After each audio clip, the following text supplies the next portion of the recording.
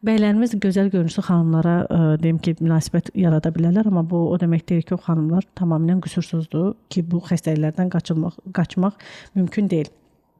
Bəs belə olanda məsələn qadına nə məsləhət görürsüz də? Artıq bu qadın belə bir şeylə rastlaşıb və o həyatını necə davam eləməlidir?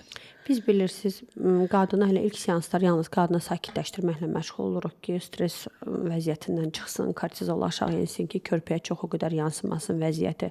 Artıq 3-4 seansdan sonra qadın özü ailəli qalsam tərəfləri nə olacaq, mənfi tərəfləri nə olacaq, belə deyə. Hər iki tərəfini düşünür və belə deyə tərəziyə qoyur. Hansı ağır gəlirsə, artıq buraxırıq qadın özünü seçim eləyir ki, mən həqiqətən bu insanla mənim bu həssas dövrümdə məni bir tələbatına görə xəyanət edən bir insan və üstəlik də belə deyək, xəstəliyi olan bir insanla mənim həyatı davam eləməyimə dəyər, yoxsa dəyməz. Onu buraxırıq artıq seçimi qadına. Qadın özü seçim eləyir. Əksərən də belə qadınlar boşanmayla nəticələnir bu kimi nigahlar.